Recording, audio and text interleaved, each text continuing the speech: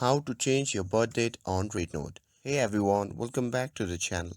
In today's video, I'll show you how to change your birth date on your REDnote profile. It's super quick and easy, so without further ado, let's get started. So first thing first, open the REDnote app and make sure that you're logged in to your account.